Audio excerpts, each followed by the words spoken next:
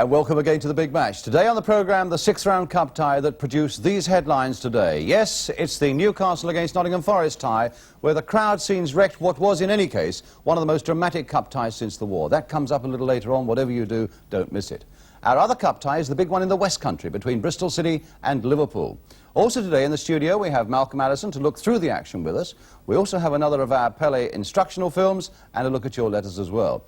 But first we go off to the West Country, indeed close by the gateway to the West, the Clifton Suspension Bridge, for the Bristol City-Liverpool game. And for a start, we go up that dark tunnel to the corridor outside the dressing room as Bristol City make their first appearance of the afternoon.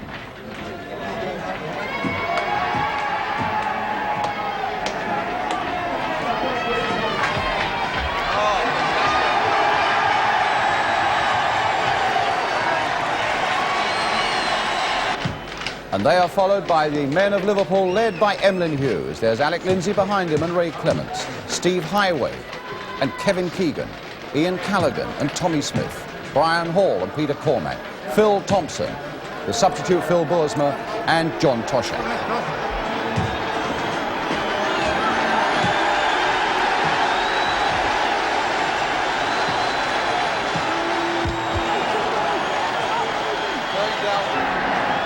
So there we are, the scene is set, but there's one man missing out there, and he's the Bristol City skipper, Jeff Merrick, ruled out at the last moment with an ankle injury, and that's a bad blow to the home side. So this then is the Bristol City lineup. With Merrick out, David Rogers comes in at number 6, himself an experienced young defender. John Emanuel is a substitute.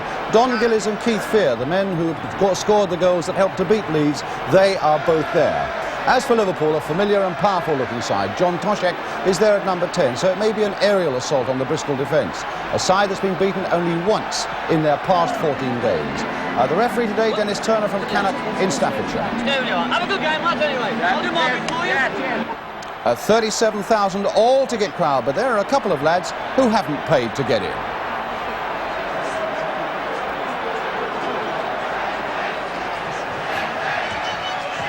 So Bristol City kick off. Red shirts, white shorts, the conquerors of Leeds United here in the sixth round, attacking the goal to our right. Liverpool in white today with black shorts, and you could almost reach out and touch the atmosphere here at Ashton Gate this afternoon. A throw there in which Jerry Sweeney takes for Bristol City. Back for Big Tom Ritchie. Crossed in by Gary Collier there. Hunt is right in there. Now will this fall for Tainton? No, it won't. But here's Ernie Hunt again. Back this time for Brian Drysdale for Bristol City. The high cross again, and Clements has to use his fist. Can Hunt turn it back again? And it's no more than a fraction wide. But Hunt, in doing so, had used his hands, and instead it'll be a free kick for Liverpool. But it's got the crowd going. And already Liverpool will know that they're in a game. Ray Clements with the kick.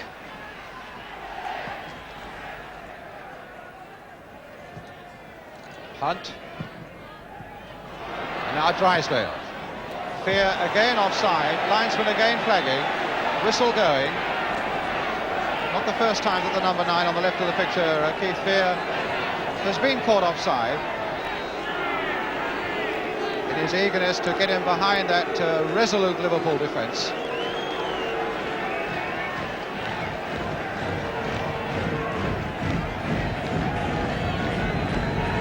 Hughes with the kick.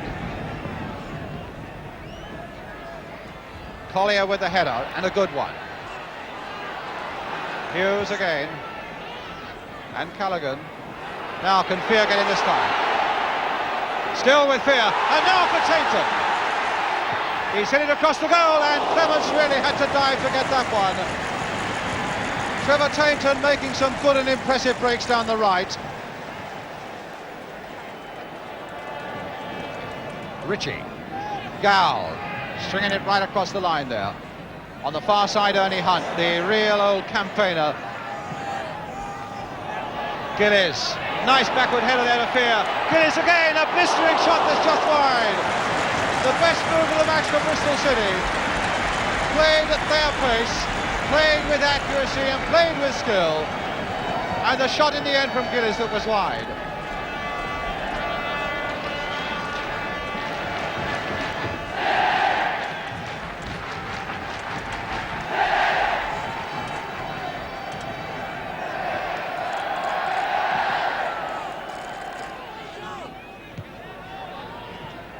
Well, that fell nicely for Gillies. Oh, and a little touch back there. Clear is onside. He's all right on that far side. And it's a corner off Brian Hall, who got back very quickly. Well, it looked as though Liverpool were getting a grip on this game in the first quarter of an hour, 20 minutes or so. But in the last 2 or 3 minutes, Bristol City have made 1 or 2 fairly sharp and incisive attacks of their own. So the pressure on this Liverpool goal as Hunt takes the corner again. Callaghan getting it away to Highway. A flick on for Toshak. Has he got the pace? No. He was beaten for sheer pace there by Gillies. Tremendous piece of running back there by Donny Gillies.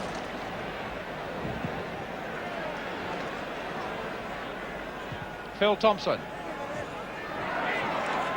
Drysdale versus Hall. Finding Hunt. Play on, says the referee, although the linesman was flagging. Well done, the referee, and here's Spear. Oh, and he hit that well at Clements. Well, he's not a very big fella, but he's got a tremendous dig on him. Smith. Toshak beaten, though, by Rogers. And here's Ritchie for Bristol City to Tainton. Again, a nice touch by Tainton. Really playing well, and Gillies is offside. It doesn't mean a thing. Never a doubt about it in anybody's mind, I imagine, least of all Ray Clemence's.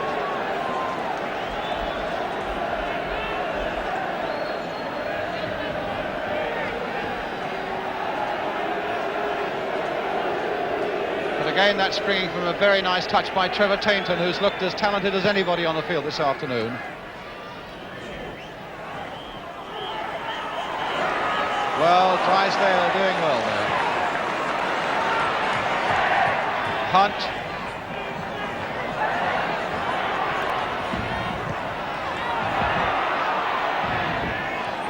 One minute to go to half-time, and here's Ian Callaghan with the ball now for Liverpool. Stopped by Drysdale again. Ernie Hunt organising the way he wants, but that might have put Collier in trouble, and Highway was storming in there. And really, Bristol City were put in all sorts of trouble by the man who should have had the coolest head in the side, Ernie Hunt. Well, that really could have been a terrible mistake by Ernie Hunt.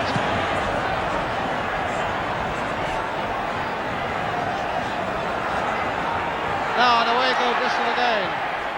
Gow keeping it in. Tainton stopped that time by Lindsay. Bristol's throw, and Fear letting it run. Back for Jerry Gow. Crossed it again, this time towards Gillies, and a little too high for him. We're into injury time at the end of the first half. Drysdale turning it back again to Ritchie. Back now for Ernie Hunt. Gillies couldn't quite battle against Tommy Smith and win, and Callaghan turns it back to Clements.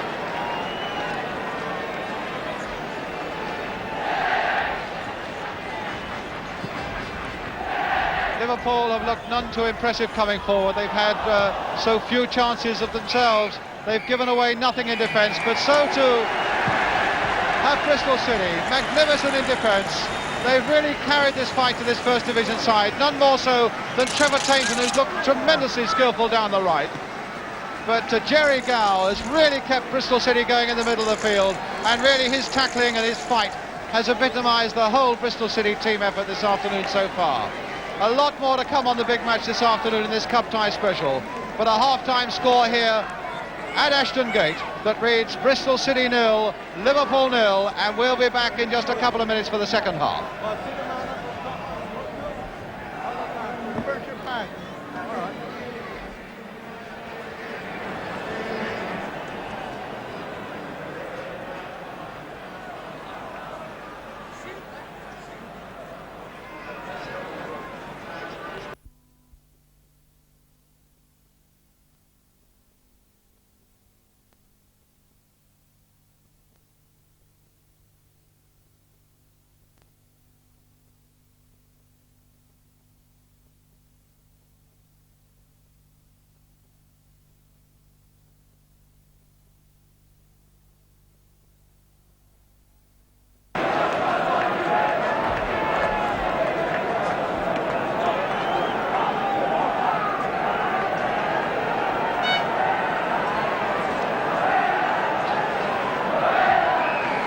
So welcome back then to the start of the second half. Liverpool now attacking the goal to our right, but the cup tie still beautifully poised at 0-0. With Bristol, with their first half team performance, matching almost everything that Liverpool could throw at them.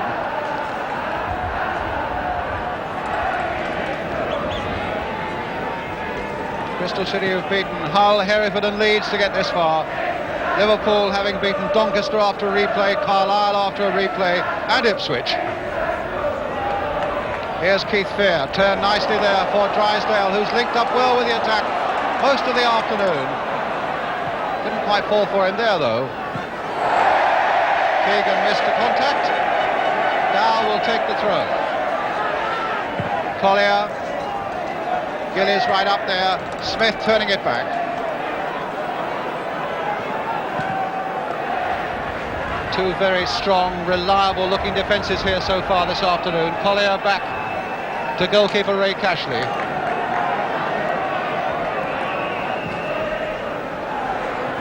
Gow heading it on. Thompson.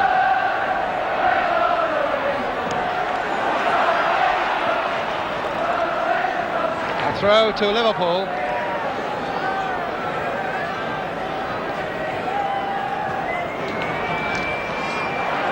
Cormac beaten though by Sweeney, and now Bristol City get the throw.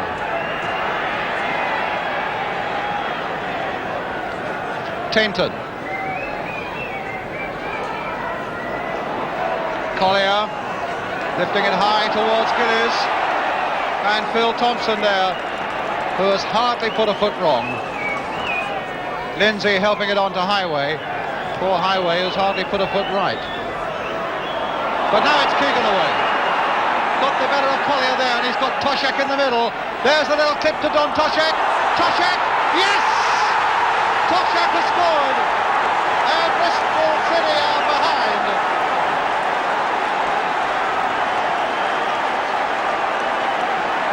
The run down the left by Keegan.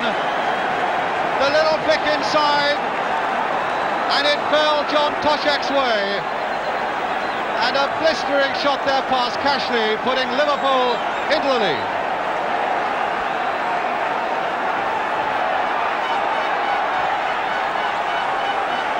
So as the spectator gets off the field, the game goes on. And in fact, the spectator almost got hit by the ball there, and the referee decided that we'd start the game again.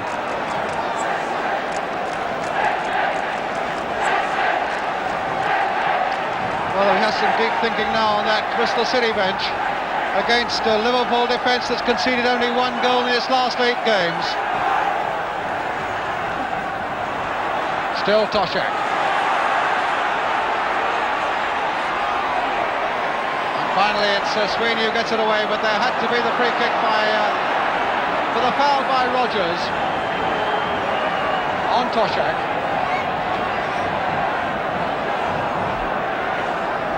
Judging by the noise here, you would think that the home side had scored, but the full-throated roar from Liverpool has really been transferred to Bristol, and there's Tommy Smith's shot!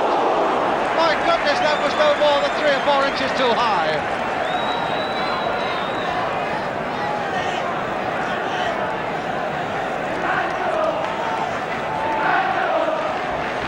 Liverpool not lost in their last 14 games.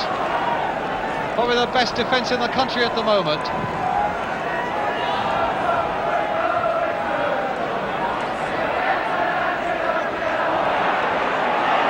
And away goes Highway. Again, Toshak is in the middle. Still with Highway, and that's into the side netting. And practically the first time in the game that Highway has done himself justice, and certainly the first time in the game that Highway has shown those galloping legs of his to full effect.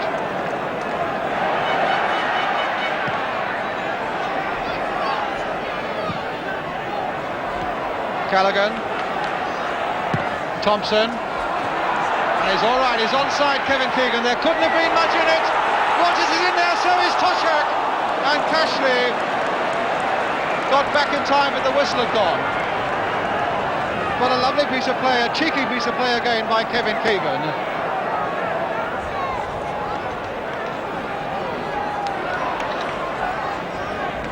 Cormac finding Lindsay. In turn, Phil Thompson.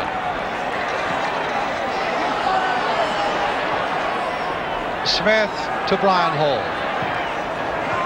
Nicely down the line there for Highway, and away goes Steve Highway for Liverpool. Keegan is alone on the far side. Now is this number 2 to Callaghan, and saved that time by Cashley. From Ian Callaghan.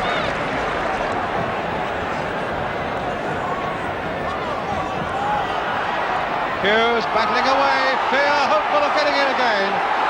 But again that Liverpool defence snapped shut once more.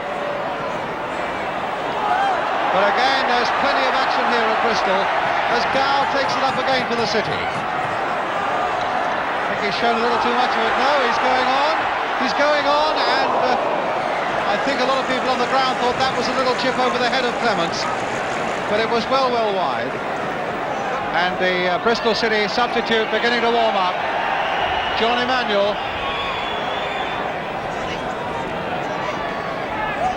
There is John Emmanuel, Welsh under 23 international. And it's Ernie Hunt who's coming off. So Ernie Hunt coming off, giving his good wishes to John Emmanuel as he comes on.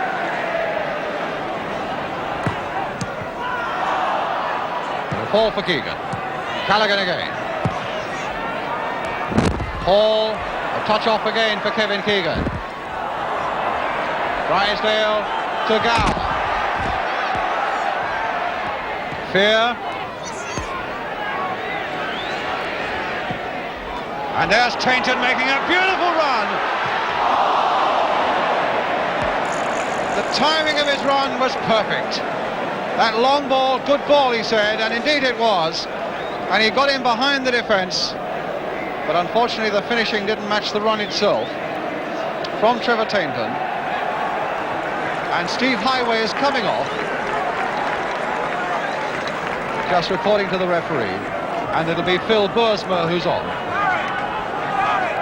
Not had the best of games, Steve Highway. And Phil Bursmer, another striker, is on.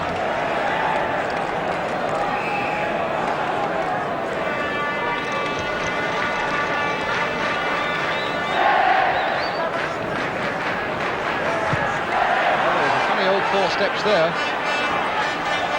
Toshak to Kevin Keegan. A little cross by him. Oh, and Bursma was in like a rate of knots there, but he was a fraction too high. A really tantalising little cross there from Kevin Keegan. Curling all the way, and Bursma couldn't quite get the header that he wanted.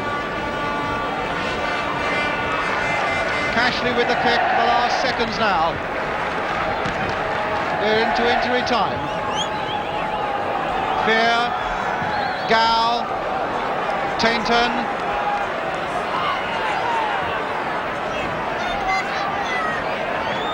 Tried to get that inside Tommy Smith, but it wouldn't quite come off for him, and here's Brian Hall feeding Ian Callaghan.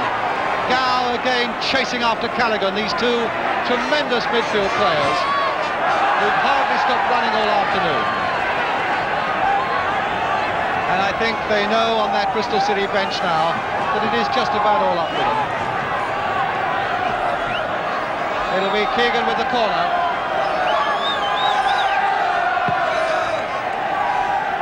Cormac's going in, got the header in. John Sillett, the coach, with Alan Dix on the left, wanting everybody now to spring forward in a last desperate attempt for Bristol City.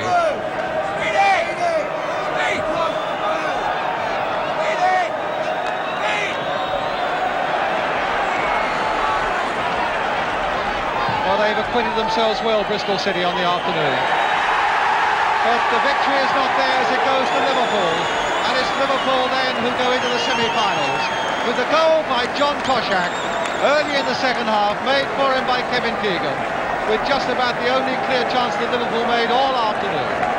But in all honesty, they conceded nothing at the other end of the field, where their defence was as magnificent as it usually is. So we're left then, the side separated by John Toshak's goal. And a final scoreline at Ashton Gate in this sixth round cup tie. that reads Bristol City 0, Liverpool 1. So it's Liverpool then who go through, looking almost unbeatable yesterday, and indeed after the game they drew these words of praise from the losing manager, from Bristol City's Alan Dix. They're very strong at the back, their work rate's terrific. As a game, I thought we matched them for work rate. Well, obviously, technically, they're a very good side. On the ball and off it, they don't deny you space. They're very good at playing and breaking from the middle of the field. But full credit to our lads. I'm very pleased and proud of our lads. They've done exceptionally well. A Liverpool side to win the cup, do you think? I think they've got great chances, yes. Even so, the Bristol City fans claimed that there was an element of luck about the Liverpool winner, which is now where we bring Malcolm Allison in. Malcolm, do you agree with that? No, I don't agree it was luck. I think it was determination of both Keegan and Toshek, you know, and they both fainted to play the ball and didn't play it and got the Bristol City defenders in a lot of trouble. As we pick up the movement now, we see in fact Phil Thompson, who had a tremendous game for Liverpool in the back four yesterday. Yeah, Phil Thompson's had a good season and he looks like being another star for Liverpool. He plays the ball up here to Lindsay. Lindsay plays it first time down the line. This is a good movement from highway. He plays it back to Cormac. And Cormac play a first time ball to Keegan. Now this is where Keegan kids Collier, the Bristol City defender. He kids to play it, ducks his head. Collier didn't know where the ball was and it hit him on the leg and then it stuck between his legs. And that's Keegan, not luck. No, that wasn't luck. That's Keegan kidding him, then his own determination. Here Keegan again lays a beautiful ball with the outside of his right foot. An unusual ball for a player to play from that position. And Toshek does the same thing. He kids Drysdale there, gets the bounce of the ball and knocks it in the back of the net. This was a good movement of Liverpool's. They had 6 men involved in the movement and they definitely deserved that goal. Alan Dix talks about them as potential Wembley winners. I suppose having got to the semi-final, that's fair comment. But are they your team as well? No, Leicester City's my team. Right, thanks a lot, Malcolm. We'll have a little more from Malcolm later on, but I think before we go, we've got to say well done to Bristol City. They've had a wonderful cup run, beating Leeds United on the way, brought a lot of pleasure to their fans down in the West Country. But now on the programme, let's take another look at your letters.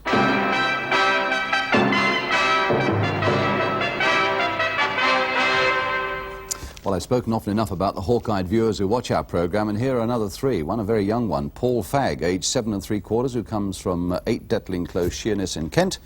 Ian Woodland of 27 Wilmington Way in Brighton, and E. Scadden of 3 Grove Villas Great Sailing near Braintree in Essex all spotted something at Gillingham in their game against Exeter a couple of weeks back, and that was that in the second half 2 Gillingham players were both wearing number 3 shirts. Here's one of them on the far side, Glenn Aitken, going into the tackle there, and here's another one, Keith Lindsay. Well, the solution is that the number 2, Keith Lindsay, had his shirt ripped in the first half and by accident was given the wrong one to go out for the second half. As you know, we also like to delve a little bit into the past, and I've been sent a team photograph by Mr. H.W. Pearn of Southball, Bridestow, Oakhampton in Devon that really is in a class of its own. Here it is. It's the Everton team for the 1934 Cup final after they've been presented with raincoats by a manufacturer, though with those magnificent hats they really look like something, I'm sure you'll agree, straight out of Chicago in the 1920s, and certainly a far cry from the slick-looking Everton team that posed for this picture this season. Our penalty prize final at Wembley last Saturday was, I think, the best ever. And a lot of you are disappointed that because you were playing yourselves last Saturday that you didn't see it, professionals included. Well, it was won by a 15-year-old Belfast boy, Jim Grattan, and his penalty kicks, I'm sure you will agree, against Gordon Banks, were an example to everyone as to how they should be taken. In fact, got to our semi-finals last year as well, so quite an expert penalty kicker from Northern Ireland here, Jim Grattan. Yes, that's 1 out of 1 for Jim Grattan. Great stuff there from Jim Grattan, 2 out of 2. There we are, 3 out of 3 for Jim Grattan. And that's 4 out of 4. Standard's been higher than ever before this season. And you can see why I say that now. Here's Jim Grattan again. 5 out of 5. 5 out of 5. Gordon's looking for the ball. There it is on the other side of the net. He picks it up, flings it back. I think he's thoroughly enjoying himself out there. I think he got one more shot, hasn't he? 5 out of 5. You've got one more to take, Jim. Got one more to take. Yeah, one more. You've got to get that one in too. Well, he might be a bit. If you get that one in, you'll be taking the lead. Jim Grattan, wearing his Sunderland colours already.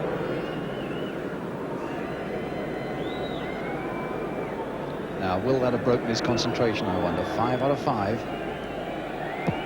No, there it hasn't. Maximum score for Jim Grattan, ladies and gentlemen. 6 out of 6. Tremendous penalty taking there by Jim Grattan. Congratulations to him. I'm sure also that you recognise the voice of the MC there. It was our friend, of course, Pete Murray. Before I get shoals of letters in, I must say also that Everton team photograph that I showed you was 1933 for the Cup final, not 1934. Apologies. More letters next week, though. And in a way, having seen young Jim Grattan in action there, we seem to have jumped ahead of ourselves a bit, because this week the great Pelé tells us how he takes them, with a bit about free kicks thrown in as well. So once again, we go off to the brilliant Brazilian sunshine for the master and his method.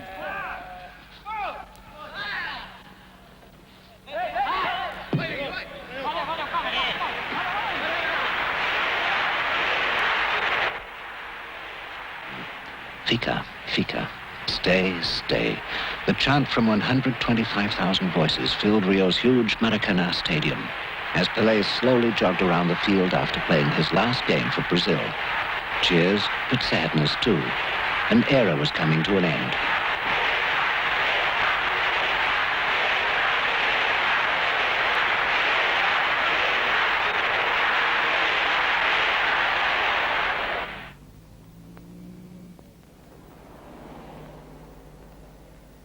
There had been another famous game 2 years before, when Maracanã had roared for Pelé. He had scored 999 goals in his career. Would this be the game that saw his 1000th? He knew it wasn't going to be easy. There was a goalkeeper determined not to be beaten.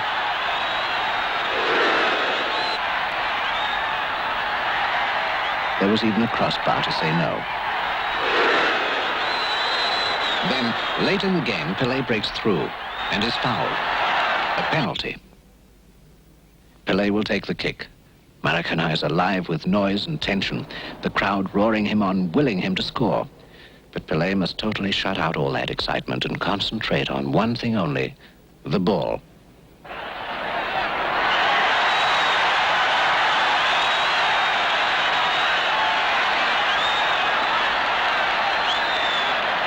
A moment of soccer history. Pelé's 1000th goal, scored from the penalty spot. A perfect example of Pelé following his own rules for taking penalty kicks. Those rules begin with the placing of the ball. Make sure it's firmly positioned on the penalty spot. Decide where you're going to kick the ball and stick to your decision. Don't change your mind at the last moment. Concentrate on the ball. Above all, don't look at the goalie.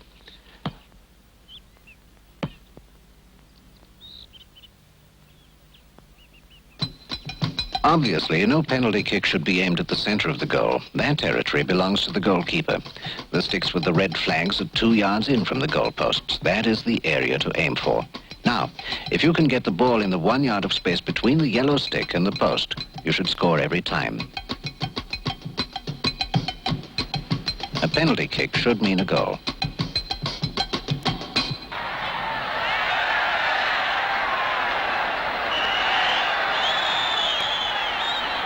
But things are not so straightforward on a direct free kick just outside the penalty area. There will be a wall of defenders blocking most of the goal.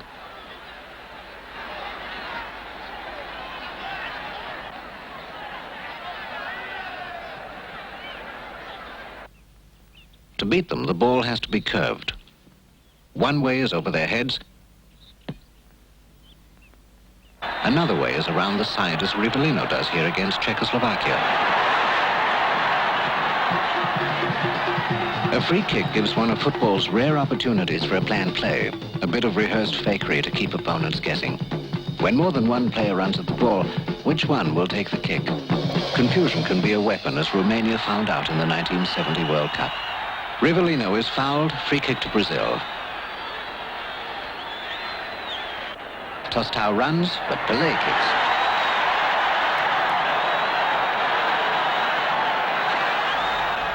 And more from Pelé next week, and I think this is probably a good moment to mention the man currently called the world's best footballer. I mean, of course, Johan Cruyff, the Dutchman playing for Barcelona.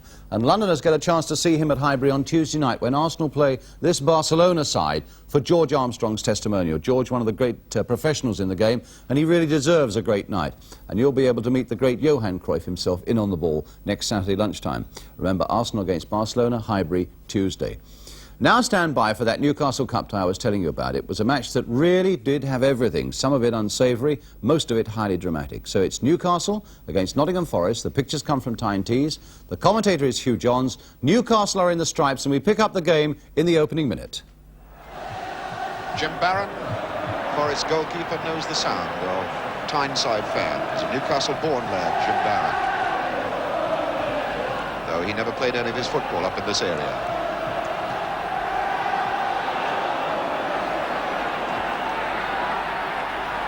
Billy O'Kane, hitting it long. Mackenzie trying. O'Neill hoisting it up there. Bowyer's after it. And a head and a goal! A goal! Ian Bowyer! 1 minute and 30 seconds into the game, and Ian Bowyer keeps his cup tie goals going. What a tremendous shot. It stunned these Newcastle fans. Ian Bowyer. 1-0 Nottingham Forest, 1 minute and 30 seconds into the game. The first attack that Forest made, Martin O'Neill hoists a high ball. McFall was slow to come off his line. Bowyer got there first, a little nod in the back of the net. Dermot picks up Barraclough. McDermott's gone off a good run. For fair cross. Chapman was very positive then as Tudor came ghosting in behind him. Johnny Tudor was going in well on that occasion. So Chapman had to be positive. Hibbett will take the corner, this one. Newcastle's second corner of the game. McDonald on the line. Lyle, it's a bad ball out, and it's a goal. It's the equaliser from Craig. Craig has got it. It's 1-1. 25 minutes of the first half. Hibbett's corner not cleared out properly, and Craig steaming in like a train, whacking a fierce left foot shot hard into the net.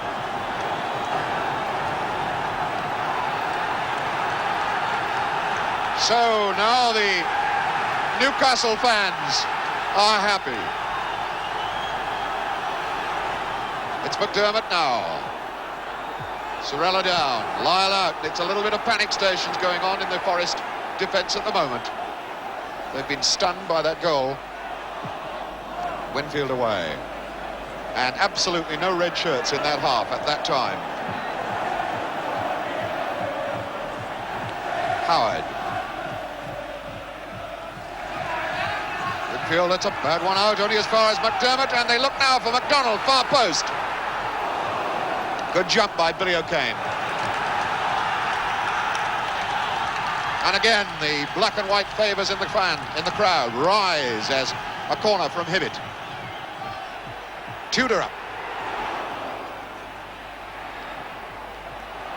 O'Neill is there. Kenzie is forward, but he's all on his own.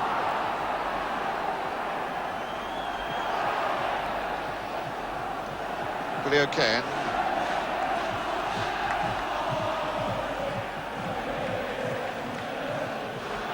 Harding down. Howard forward. Chapman fighting for it against now McDonald, Barraclough. That was some cool stuff then by Winfield as Barraclough went steaming in. Neil Martin. Lyle. Solid bit of work by Smith, but it breaks for Robertson. Looks up. Mackenzie. Mackenzie in there and tripped from behind by Moncur, and he couldn't have been very far away from the line when he went down. Maybe a step and a half further forward, and that would have been a punishing penalty, but instead it's a free kick. One wonders what Forest may have planned for this particular moment. Three of them in there, Robertson, Lyle, Bowyer. There's 5 men in the wall. Tudor's in there. Little Hibbett's there. McDonald on the end of the ball. And Bowyer's going to try the shot. Oh, and a good save that was too, because McFall couldn't have seen much of it. He really couldn't have seen much of that. Fine save by McFall.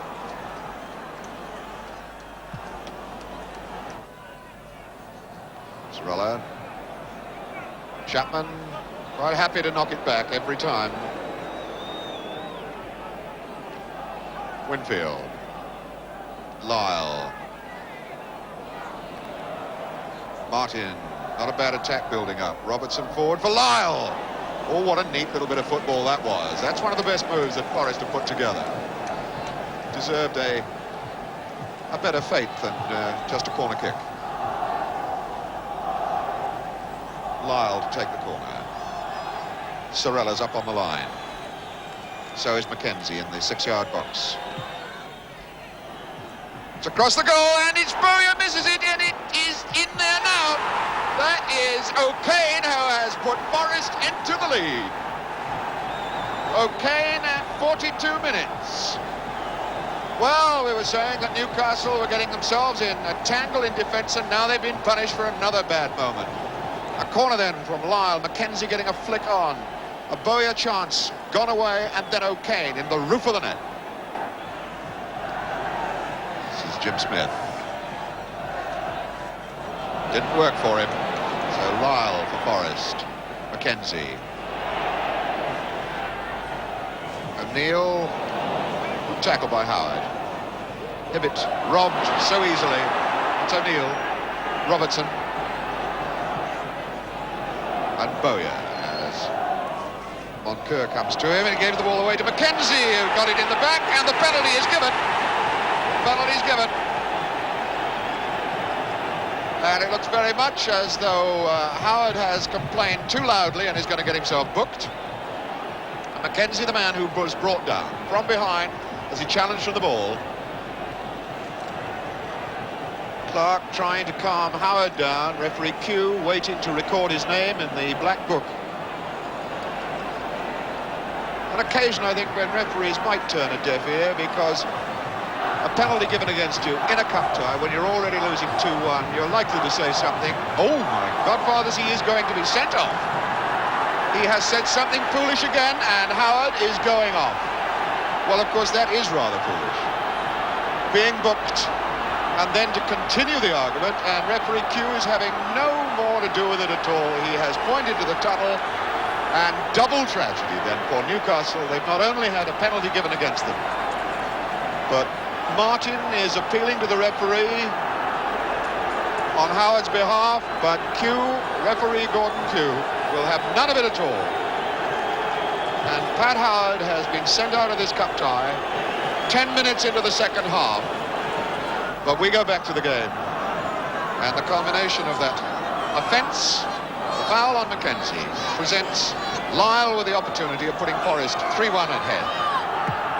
He's there, and Forest have now got a 3-1 lead. 59th minute. And the crowd up behind there are Forest supporters, erupting, as Newcastle are in real trouble. The foul then on Mackenzie, the knockdown from behind, and when the ball was put down on the spot, eventually, George Lyle knocks in the penalty as cool as you like. And Newcastle United, 2 goals behind, and only 10 men.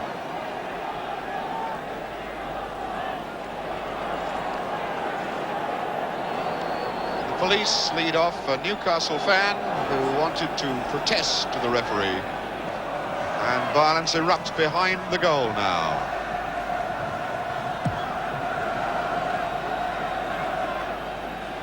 Hibbett forward, McDonald on.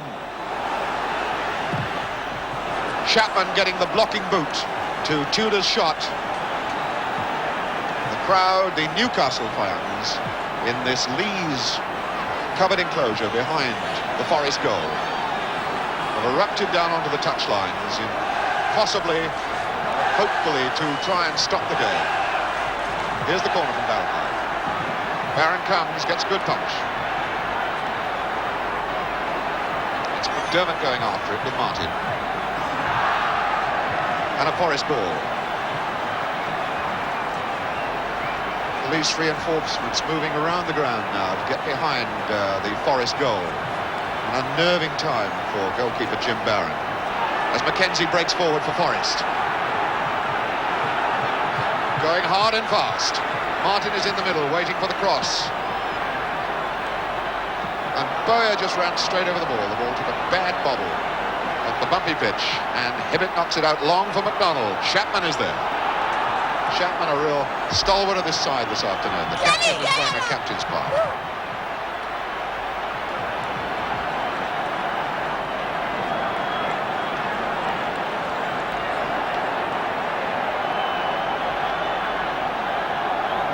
The far side of the ground, a fight now out on the pitch itself as a spectator has dashed out there, and now here come the fans. This is what they wanted to do all the time. Newcastle fans rioting out onto the pitch, a terribly dangerous moment for the players themselves now. As they charge down the field, these Newcastle supporters to where the Forest supporters are behind the other goal. And we're going to have trouble all the way around this ground. And referee Hugh has pointed to the dressing room. He's not having the players involved in any problems out here. And very wisely, Indeed, referee Mr. Hugh acted positively there. His first thought was for the safety of the players, and that's quite right. You can see they were hardly young hooligans either. But 10 minutes later, it was safe enough for the game to be restarted. And we shall restart with free kick by John Winfield for Forest. Martin trying. And he pushed Moncur as he went in.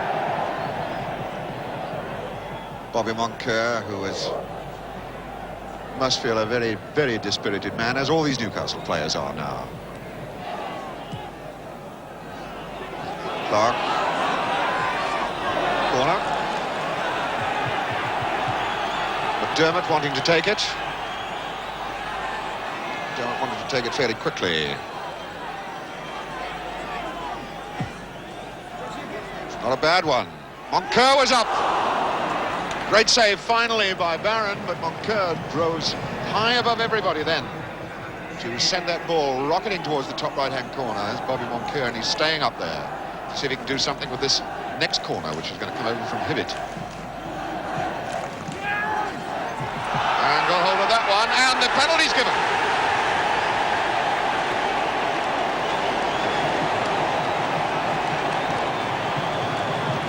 Well, there's a turn-up for the book. Penalty at one end of the field, now we're going to have one at the other. Looks as though it was Sammy Chapman who was penalised for pushing. Barron being put back on his line. Sammy Chapman, I think it was, who was penalised for pushing. It's number 4, Terry McDermott. And it's 3-2.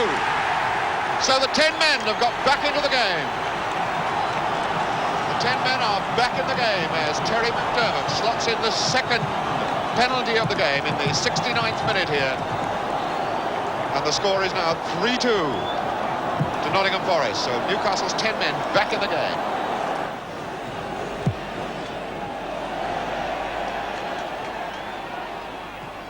Well won by Hibbett. Hibbett still going. Right in behind Forest. It's a good cross ball, and it's Tudor! It's 3-3! What a beautiful goal! Johnny Tudor sends the ground, erupts again. Newcastle spectators on their feet. What a fabulous goal then by Johnny Tudor. So the 10 men have picked themselves right up off the floor. It's all tied up at 3-3. A glorious run by Hibbett from 10 yards inside the Forest half, down the touchline. The cross ball caught Forest wide open, and a diving header by John Tudor wraps the scoreline up at 3-3. What an incredible game.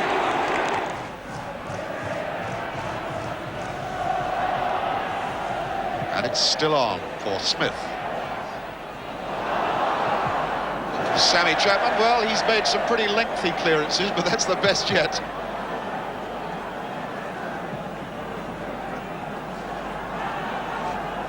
Smith.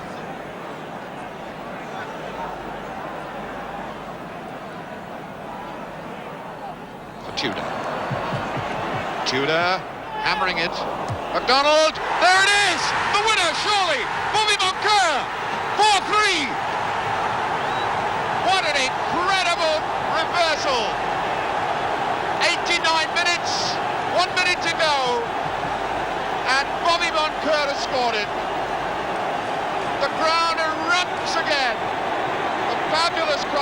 by Tudor from the far side. McDonald knocking it across into the 6-yard box, and amazingly, centre-back Bob Moncur got on the end of it, and he has put Newcastle 4-3 up. What a wonderful goal. Well, it's 19 years since Newcastle played in a semi-final, and it looks as though that's what they're going to get. That's what the Newcastle fans think anyway. And they are in the semi-final. A fantastic roars and cheers of this crowd rise up to greet their heroes. There's the full-time scoreline. An incredible scoreline when you remember that 10 minutes into the second half, Nottingham Forest went ahead 3-1 from the penalty spot. And now they've been pulled back and beaten here at Newcastle 4-3. Well, two immediate reactions to that, I think. Forest claimed with some justification that the crowd beat them. It robbed them of their concentration when the match seemed won. And secondly, it's quite plain that those mindless hooligans, and they really weren't all youngsters as you saw, have put the Newcastle club deep in trouble with the authorities. Malcolm Allison, what sort of trouble do you think Newcastle are going to face? Well, it looks like they'll have their ground shut exactly the same as Leeds United did. I mean, if this sort of thing goes on in football, we're going to have fences all around the grounds. Yeah, this is a thing that people have always shied against here, but they happen in South America. You always see them in Holland as well. You feel that we're pretty close to that now? Well, I think that the Football League are going to say that you've got to have some safety precaution against this type of thing. Yeah. Well, it was an incredible match, and with the two penalties, which particularly we're going to look at now, are both the sort of penalties that we've advocated on the programme for quite some time, that referees should give. The first one coming up now. You see a situation develop down the left-hand side. You see Bowyer go up for the ball, and it drops back over his head, and Moncur miss-kicks. And Mackenzie gets the ball under control. He takes it down his chest, and you see Craig run into the back of him here. Not intentional, but he definitely runs in the back and knocks Mackenzie down, and the referee has no option but to give a penalty. Not intentional, but in fact it was a penalty, and it's the sort of penalty, as we've said, that we would like to see referees give more often. Yes, it wasn't intentional, but it still robbed the player of having a chance at goal. You know, I mean, he got the ball under control. And the involvement that Howard got into after this incident, you know, was ridiculous. No, well, let's have a look at that now, because the impression certainly that you get looking at it is that the referee, Gordon Hugh, did everything he possibly could to keep Howard on the field. Howard has begun arguing, and he's still arguing, and the referee's making it clear, if you have any more of it, I shall have to send you off. And that's what he's saying now. But Howard goes on arguing after that, and he's saying, look, if you go on, I shall have to send you off. And Howard still goes on arguing, and finally, that's enough. You're off. I'm bound to say that the referee was absolutely right, and there's a lesson there to everybody. Do not argue with referees. But then, of course, we came to that incredible... Would you have thought that it was possible for Nottingham Forest to lose that match at that point? No, it was... With 10 men and 2 goals lead, you know, it's almost impossible. I don't know whether they lost their nerve or whether the crowd really upset them. What do you do if you're playing against 10 men in those situations? Well, I mean, really and truly, you've got to force them back in the hour and a half and keep possession. But they didn't seem to... I mean, they must have had several chances to break away, you know, which we never saw in the film itself, but... I couldn't understand it at all, but you must give credit to Newcastle for a tremendous fight back. Indeed. The next magnificent twist came when Newcastle themselves were awarded a penalty, and again we believe the referee was absolutely right, don't we? Yeah, this is a corner by Hibbett. Now you see the ball floated over, and you see McDonald go to jump, and you watch the goalkeeper. The goalkeeper pushes him in the back. There. And catches. And the referee's standing right behind him. Now this often happens in the box, and many goalkeepers have got away with this sort of thing. And not many penalties are given in this situation, but it's definitely a penalty. Yeah. What do you think about Newcastle now? You've already said on the programme you think Leicester City are a good bet for the Cup, but Newcastle, I know, have impressed you all through the season, haven't they? Yeah, I keep thinking Newcastle are going to win something. But they got 3-1 behind in this game. And they've struggled through every round, you know, but I don't know, that might be their year for the Cup. It might be. Malcolm, can we turn to you personally? You had a marvellous win yesterday against Sunderland, but you've been linked again in the last few days with Bobby Moore coming to Crystal Palace. Can you give us the latest information on that? Well, when Ron Greenwood released him on Friday, I've always been interested in Bobby, and I was very interested at the beginning of the season. And I think he'd be a tremendous asset to any club.